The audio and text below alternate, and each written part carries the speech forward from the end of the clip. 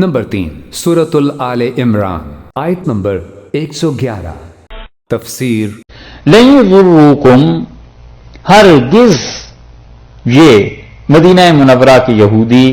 تمہیں کوئی زیادہ تکلیف نہیں دے سکتے الا مگر اذن، تھوڑی بہت تکلیف تمہیں ان سے پہنچے گی۔ بڑی تکلیف کا مطلب تو یہ ہے کہ یہ تم پر تشدد کریں، تمہیں ہلاک کر دیں، مار دیں، یہ تو نہیں ہوگا۔ الا اذن، مگر یہ کہ تھوڑی بہت تکلیف تمہیں ان یہودیوں سے جو مدینہ منورہ میں ہیں، بنو خیبر 1 اور یہ قینقاع والے 2 اور نذیر والے 3، یہ سارے قبائل جو ان کے تھے، اور بنو قریظہ، یہ 4 قبیلے یہودیوں کے آباد تھے۔ اللہ نے فرمایا ان سے تھوڑی بہت تمہیں سننی پڑیں گی باتیں، لیکن یہ جو کچھ بھی کریں اتنی زیادہ تکلیف تمہیں دے دیں کہ قتل و غارت گری تک آ جائے بات، لن یضروکم، ایسی تکلیف تمہیں نہیں دے سکتے۔ وَإِن يُقَاتِلُوكُمْ، اور اگر یہ تم سے لڑے، يُوَلُّوكُمُ الْأَدْبَارَ، تو پیٹھ پھیر کر بھاگیں گے، اپنی کمر دکھا کر بھاگیں گے، پیٹھ دکھا کر بھاگیں گے، بالکل تمہارے مقابلے میں جمیں گے نہیں۔ اور اللہ نے یہ جو بات کی تھی بعد میں پوری ہوئی ہے ان لوگوں کے حق میں۔ نذیر، قریظہ وغیرہ یہ جتنے قبائل تھے جو سازشیں کرتے رہے، پھر یہ ان کو دیس نکالا دے دیا گیا، اور رسول اللہ صلی اللہ علیہ وسلم نے انہیں خیبر والوں کو نکال دیا۔ اور پھر اس کے بعد انہوں نے دوبارہ حضرت عمر رضی اللہ عنہ کی خلافت میں مسلمانوں کو تنگ کرنا شروع کیا ہے، تو حضرت عمر رضی اللہ عنہ نے قرآن کی آیات سے استدلال کیا تھا اور دوبارہ پھر یہودیوں کے وہاں سے نکال دیا تھا۔ اللہ نے فرمایا کہ اگر یہ تم سے لڑنا چاہیں، یولوکم الادبار، پیٹ پھیر کے بھاگیں گے، جم نہیں سکتے تمہارے مقابلے میں۔ اور خدا کی یہ بات ایسے پوری ہوئی ہے کہ یہودیوں نے ساری سازش کر لی تھی، اس کا آگے ذکر آتا ہے کہ کسی طرح مدینہ منورہ میں اینٹ سے اینٹ بچ جائے، اور اللہ نے ان کے منصوبے کو ناکام کر دیا۔ ثم لا ینصرون، اور پھر ان کی نصرت بھی نہیں ہوگی، یہ کہیں سے مدد بھی نہیں دیے جا سکیں گے۔ یعنی اگر انہیں خیال یہ ہے کہ ان کی کہیں سے مدد ہو جائے گی تو ان کی مدد بھی نہیں ہوگی۔ یہ جو چیز ہے نا کہ ان کی مدد نہیں ہوگی، ان کا خیال یہ تھا کہ مدینہ منورہ میں رہ کر مکہ مکرمہ سے مشرکین سے مدد لے لیں۔ اور اصل قصہ یوں ہوا کہ جب غزوہ خندق ہو گیا اور رسول اللہ صلی اللہ علیہ وسلم نے مراجعت فرمائی، مدینہ منورہ واپس آئے، تو یہودیوں کے لیے یہ بڑی پریشان کن بات تھی، اور مشرکین مکہ کے لیے، کیونکہ مشرکین مکہ میں کوئی سردار جو بڑے آدمی تھے وہ تو بدر میں مارے گئے، کچھ عہد کے بعد مر گئے خود اپنی طبیعی موت، اور جو عہد کے بعد آئے ہیں اب خندق میں، تو ان میں حضرت ابو سفیان رضی اللہ عنہ بڑے آدمی، اور حضرت ابو سفیان رضی اللہ عنہ کی قیادت تھی، خالد بن ولید رضی اللہ عنہ کی قیادت تھی، اکرمہ ابو جہل کے بیٹے رضی اللہ عنہ وہ آئے تھے، یہ سب اتنے بڑے بڑے لوگ آئے تھے۔ رسول اللہ صلی اللہ علیہ وسلم نے ایسے ہی بیچ میں بات یاد آ گئی، خواب میں دیکھا کہ ابو جہل جنت میں پھر رہا ہے، تو رسول اللہ صلی اللہ علیہ وسلم کا خواب تو وہی تھا۔ آپ نے فرمایا میں نے رات دیکھا ہے ابو جہل کو جنت میں پھر رہا۔ اب کسی کی سمجھ میں اس کی تعبیر آئی نہیں کہ ہوگا کیا، اور رسول اللہ صلی اللہ علیہ وسلم نے خود بھی فرمایا ایسی بات کہ مطلب یہ عجیب بات ہے جو میں نے دیکھی ہے۔ اور جب مکہ فتح ہوا تو ابو جہل کی بہو آئیں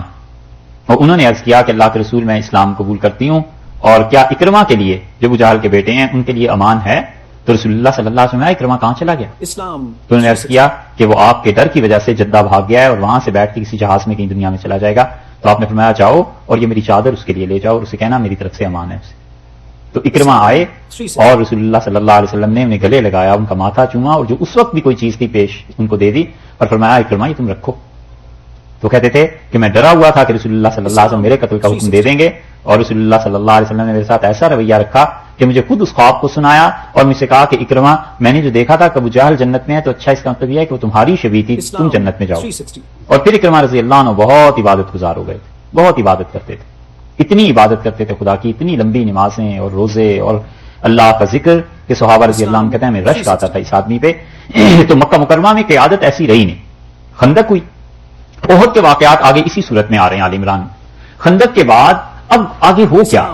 یہودی گئے مدینہ منورہ سے اور انہوں نے اہل مکہ سے کہا کہ اب اس طرح کرتے ہیں کہ تم اور ہم مل کے مسلمانوں پہ حملہ کرتے ہیں،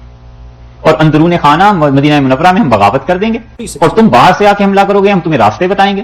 اور جب تم شہر میں داخل ہو جاؤ گے تو مسلمانوں کو ایسے ایسے مارو گے، اور مسلمان جب بھاگیں گے گلیوں میں تو ہم اپنی خواتین کو چھتوں پر بٹھا دیں گے اور وہ وہاں سے گرم پانی اور پتھر پھینکیں گے۔ یہ ساری پلاننگ ہو گئی،